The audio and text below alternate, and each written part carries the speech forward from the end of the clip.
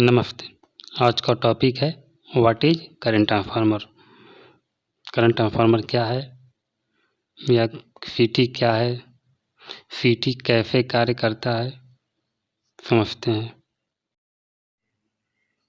तो समझते हैं सीटी ट्रांसफार्मर क्या होता है। सीटी ट्रांसफार्मर में एक इंसुलेटर रिंग टाइप का कोर होता है जो कि सिलिकॉन स्टील से बना होता है। इस रिंग टाइप का होता है और उसी पर बाइंडिंग किया होता है जो कि सेकेंडरी कॉइल या बाइंडिंग होती है जो लार्ज नंबर ऑफ टर्न की होती है, बहुत से टर्न पे रिपीटेड होते हैं, जिसमें कि जो बाइंडिंग होती है सेकेंडरी उसके दो सिरे होते हैं, F1 और F2, और ये सिरे जो हैं एम्पियर मीटर से जुड़ा होता है और उस रिंग में कंडक्टर को ले जाया जाता है। उस रिंग जो है उसके दो हैं P1 और P2। इसका मतलब है कि P1 सिरे से कंडक्टर को इनपुट किया जाता है और P2 साइड से आउटपुट किया जाता है। ये कंडक्टर है और इसको भी प्राइमरी कॉइल या वाइंडिंग कहते हैं। सीटी ट्रांसफार्मर का जो कंडक्टर ले जाते हैं वही कंडक्टर को ही प्राइमरी कॉइल या वाइंडिंग कहते हैं। और सीटी ट्रांसफार्मर को सीरीज ट्रांसफार्मर भी कहते हैं क्योंकि ये सीरीज में जुड़ता है। सीरीज ट्रांसफार्मर का जो सिंबल होता है ये इस प्रकार का होता है। ये सीटी ट्रांसफार्मर एक कंडक्टर है और ये F1 F2 उसके सिरे हैं। सीटी ट्रांसफार्मर का जो सेकेंडरी बाइंडिंग होती है वो बहुत पतले तारों से और बहुत अधिक टर्न के होते हैं, लिपोटे होते हैं इसमें, और सीटी ट्रांसफार्मर को भी सीरीज ट्रांसफार्मर कहते हैं। और ये सीटी ट्रांसफार्मर इंस्ट्रूमेंट ट्रांसफार्मर को मेजर करने के लिए आता है और use to measure high current AC जो होता है उसको मेजर किया जाता है।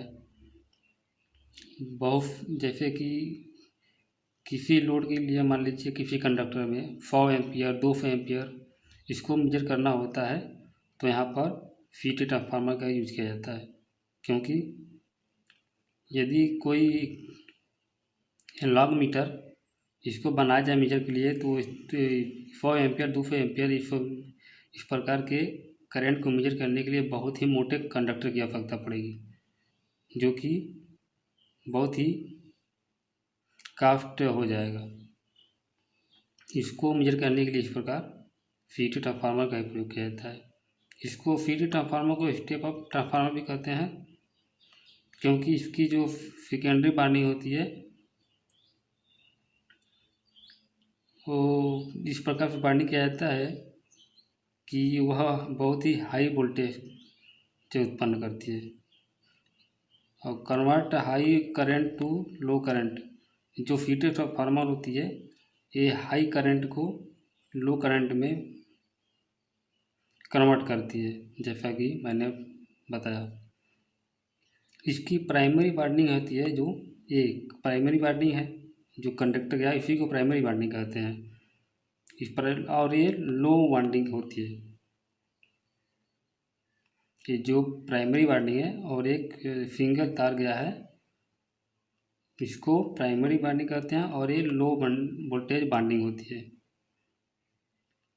और लो जो वोल्टेज बाइंडिंग होती है तो उसका कर्नल जो होती है वो लार्ज होती है, इसलिए इसको मोटा दिखाया गया है। और इसके टर्न जो हैं बहुत कम होते हैं, यहाँ पर एक ही टर्न है मान लीजिए, और एरिया इसका जो है क्रॉस सेक्शनल एरिया वो तो ज़्यादा ही है क्योंकि करंट ज़्यादा है तो यहाँ पर मोटा है। और रेजिस्टेंस कम होगा, जब मोटा कंडक्टर है तो उसका रेजिस्टेंस तो कम होगा। और इंसुलेशन रिक्वायरमेंट मतलब वोल्टेज जब कम है तो इंसुलेशन रिक्वायरमेंट की कम आवश्यकता पड़ेगी। और सेकेंडरी बाइंडिंग जो है यहाँ पर उसको हाई वोल्टेज वाली यहाँ पर जो फिर करंट जो लो होगी तो वोल्टेज तो बहुत ज़्यादा होगी। इस प्रकार से हाई वोल्टेज वाइंडिंग होगी, जो कि वोल्टेज ज़्यादा होगा तो करंट कम होगा, इसलिए यहाँ पर पतला पतला तार यूज़ किया जाता है। करंट की जो साइज होती है कंडक्टर की करंट पर डिपेंड करती है।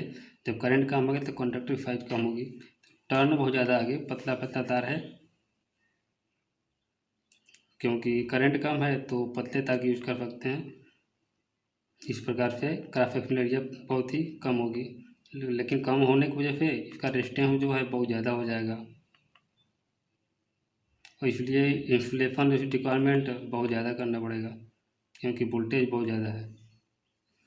और सीटी ट्रांसफार्मर को सीरीज में कनेक्ट करते हैं, किसमें? लाइन के सीरीज में, connect in series to line. हम जानते हैं कि ट्रांसफार्मर का जो ट्रांसफार्मर रेशियो होता है वो N2/N1 बराबर E2/E1 और I1/I2 बराबर के होता है। मतलब कि सेकेंडरी साइड का जो टर्न है और प्राइमरी साइड का टर्न, उसका अनुपात, और जो सेकेंडरी साइड का वोल्टेज और प्राइमरी साइड का वोल्टेज है उसका अनुपात, और प्राइमरी साइड का जो करंट है और सेकेंडरी साइड का जो करंट है उसके बराबर होता है के मतलब कि ट्रांसफार्मर रेशियो। इसलिए ट्रांसफार्मर रेशियो को केस मेजर करते हैं।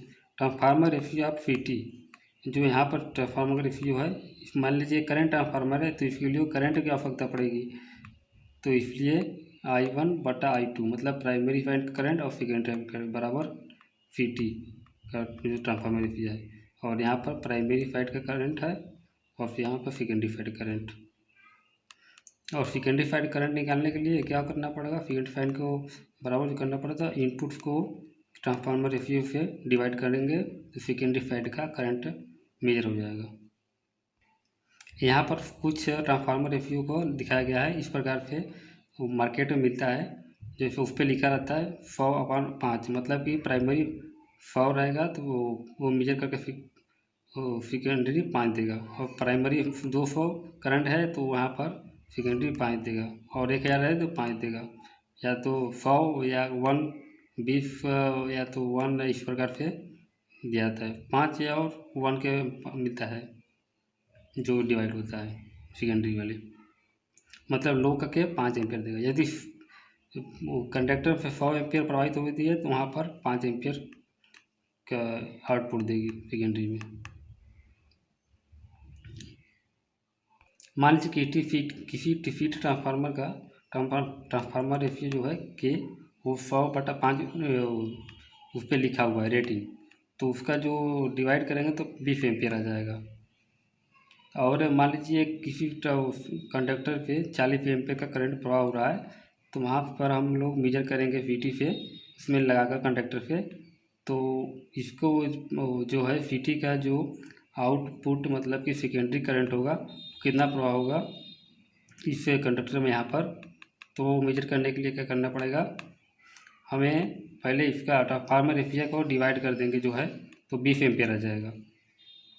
और कितना करंट इस कंडक्टर से प्रवाहित होगा, अगर उसमें मान लीजिए यहाँ पर 40 करंट उस एम्पियर करंट प्रवाह हो रहा, तो 40 और यहाँ पर 20 इसको डिवाइड करेंगे तो 2 एम्पियर का, मतलब कि यहाँ पर जो है सेकेंडरी में यहाँ पर इसमें मेजर करेंगे वायर में तो 2 एम्पियर का प्रवाहित होगी।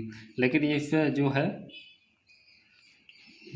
एम्पियर मीटर है जो यहाँ पर हमें वो 40 एम्पियर ही वो मेजर करते हुए दिखाई देगा, क्योंकि यहाँ कैलिब्रेशन होता है और इस प्रकार से फिट किया जाता है कि वो 40 एम्पियर ही दिखाई दे, चाहे एनालॉग हो चाहे डिजिटल हो।